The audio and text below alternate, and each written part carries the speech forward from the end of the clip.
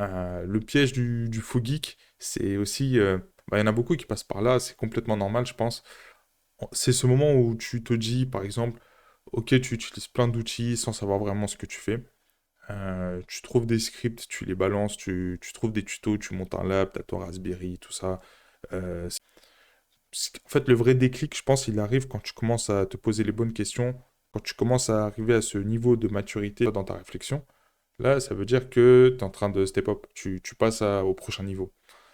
C'est pas un défaut d'être dans la phase de geek euh, quand on est dans la cyber, mais il faut pas y rester, en fait.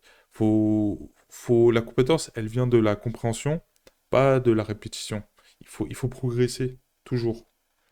Et justement, ce qui fait vraiment progresser, c'est pas du tout lié à ton setup, ni au nombre d'outils que tu as déjà utilisés. Ça vient en fait des bases déjà. Il faut que tu aies des bases solides, comprendre les systèmes, comprendre les réseaux, savoir analyser un comportement anormal sur un système. Ok, quand j'exécute les deux outils en même temps, c'est bizarre là. Il y en a un qui bloque. Peut-être que la base de données, je sais pas, elle est lock, enfin elle est verrouillée par l'un des deux. Et c'est surtout être capable d'expliquer quand tu repères quelque chose.